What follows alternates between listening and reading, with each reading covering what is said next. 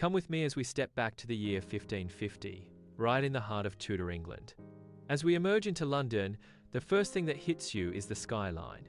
Old St. Paul's Cathedral rises impossibly high above a sea of crooked timber buildings, their upper floors jutting out over narrow streets. Smoke from 1,000 chimneys drifts across the Thames. This city of 80,000 souls is nothing like the London you know. It's chaotic, dangerous, and absolutely thriving.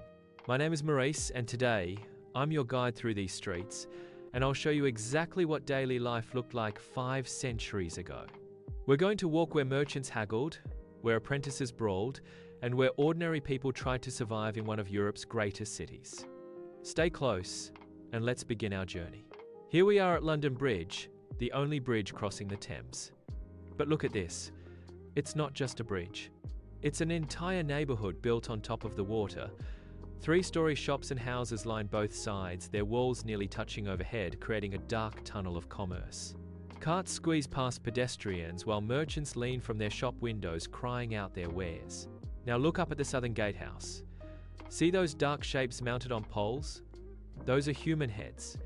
Traders' heads, preserved in tar and displayed as a warning. 20, maybe 30 of them, watching everyone who enters London. It's the Tudor government's first message to every visitor: obey or join them. We push through the crowd. Tailors, fishwives, nobles, and beggars all pressed together. A cart loaded with wool bales blocks our path while its driver argues with a baker whose handcart has lost a wheel. This is the only way across the river, so everyone must pass through this bottleneck. We're in the city now, and look at the street beneath our feet. There are no sidewalks, no pavement, just packed dirt and a channel of filth running down the middle. That open sewer carries rainwater, animal waste, and everything people throw from their windows. Step carefully around that puddle. The buildings tower above us on both sides. Timber frames filled with white plaster, upper stories leaning out so far you could reach across and touch the house opposite. Every shop displays a painted sign, a red lion, a golden fleece, a white heart. Most people can't read street names, so we navigate by these symbols. A woman leans from a second-story window and empties a chamber pot into the street with a shout. We dodge just in time. This is London. You learn to watch the windows as much as where you're walking. Look at the people flowing past us in this narrow street. That gentleman in the crimson velvet doublet with slashed sleeves, see how the white silk shirt shows through? He's wealthy, probably a successful merchant. His leather boots are polished, his beard is trimmed, and he carries himself with the confidence of someone who matters in this city. Now watch this apprentice boy rushing past, maybe 13 years old, in his rough wool tunic and flat cap. He's clutching a wrapped package, probably making a delivery for his master. He'll work 6 days a week for 7 years before he can call himself a craftsman. Against the wall sits a beggar, his clothes more patches than original fabric. One leg is twisted beneath him. There's no welfare system here. If you can't work and have no family, the street is your only option. People hurry past without looking. Poverty is everywhere in Tudor London. The street opens up, and we've reached Cheapside. The commercial heart of London. The noise hits you like a physical force. Listen to it all at once. Fresh herrings, alive-o! Hot pies, fine wool, fine Spanish wool. Every merchant is shouting, trying to be heard over their neighbours. Wooden stalls extend from every shop front, narrowing the already cramped street. A goldsmith shop glitters with silver cups and gold rings displayed behind iron bars. Next door, a haberdasher sells caps and gloves. A spice merchant's stall fills the air with cinnamon and pepper, expensive luxuries from the Far East. Watch the baker there, pulling loaves from his shop oven. A guild official stops to check the weight of his bread. Get caught selling underweight loaves, and you'll spend time in the pillory right here in the market square, pelted with rotten vegetables while the crowd jeers. Housewives haggle over prices while servants hurry past with loaded baskets. A cut purse works the crowd. There, did you see him? His hand dips into that merchant's purse, and he's gone before anyone notices. Crime is as much a part of this market as honest trade. We turn a corner, and there it is. Old St. Paul's Cathedral, its spire piercing the sky at over 500 feet. The largest church in England, and the beating heart of London. But as we approach the massive doors, you'll see this is no quiet place of prayer.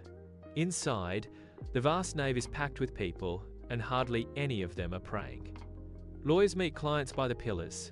Merchants seal deals with handshakes. Job seekers have posted notices on the walls. Experienced clerk seeks position or strong back available for labor. Someone's even led a horse through the side door, using the cathedral as a shortcut through the city. The church constantly battles this secular use of their sacred space, but it's a losing fight. St. Paul's belongs to London as much as it belongs to God.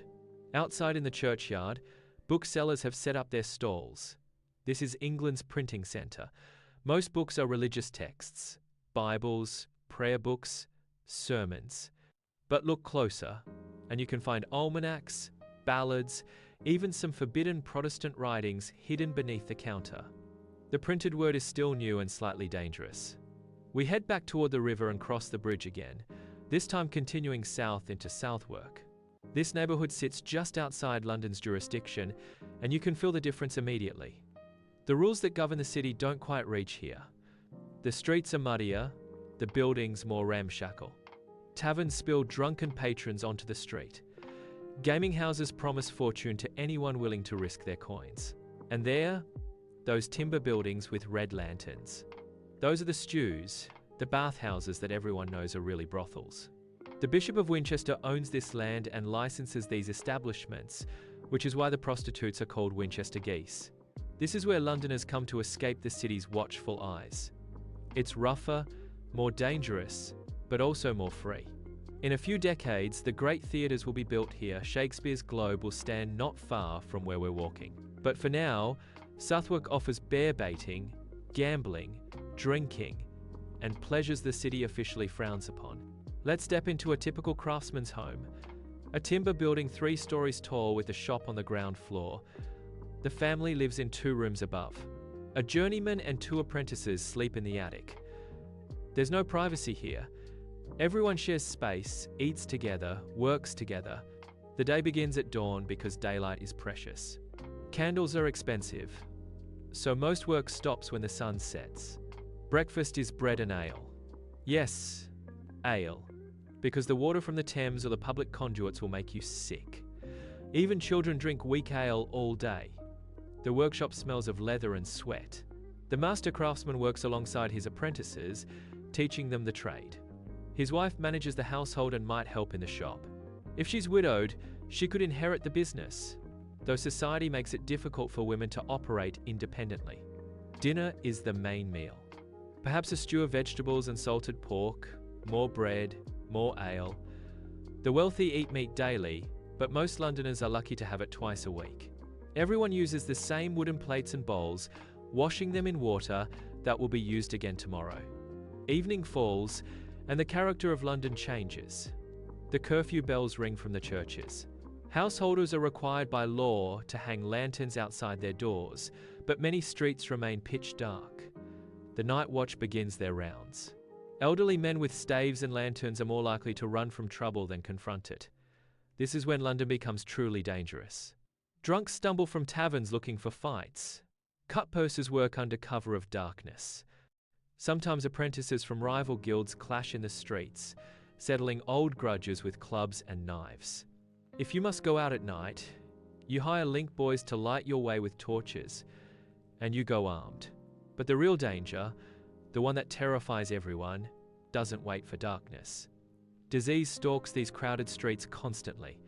The plague comes every few years, spreading through neighborhoods, killing thousands.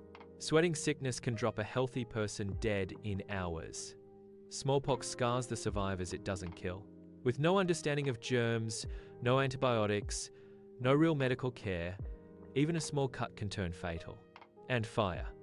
Look at these timber buildings packed together, thatched roofs, open flames for cooking and heat. London burns partially every few years and completely every few generations. There's no fire department, just bucket brigades and hooks to pull down buildings to create fire breaks. You can rebuild your house, but you can't rebuild your life. We've walked the length and breadth of Tudor London. From the heads on London Bridge to the stews of Southwark. From Cheapside's golden shops to the dark streets where danger lurks. We've seen merchants and beggars, apprentices and nobles, all trying to make their way in this impossible and incredible city. London in 1550 is a place of extremes. Unimaginable wealth exists alongside desperate poverty. Great beauty and terrible squalor share the same streets. It's a city where you could make your fortune or lose your life, sometimes in the same day. These 80,000 people somehow make it work. They trade and argue, love and fight, raise families and bury their dead. They're building something here in the mud and smoke, something that will grow into one of the world's great cities. The London we've seen today will transform in the coming decades. Elizabeth I will bring a golden age. The theatres will rise in Southwark. The Great Fire of 1666 will finally force a complete rebuilding. But that's another story. If you enjoyed this journey through time, let me know what historical city you'd like to explore next. Thanks for walking with me through Tudor London. Until next time, safe travels through history.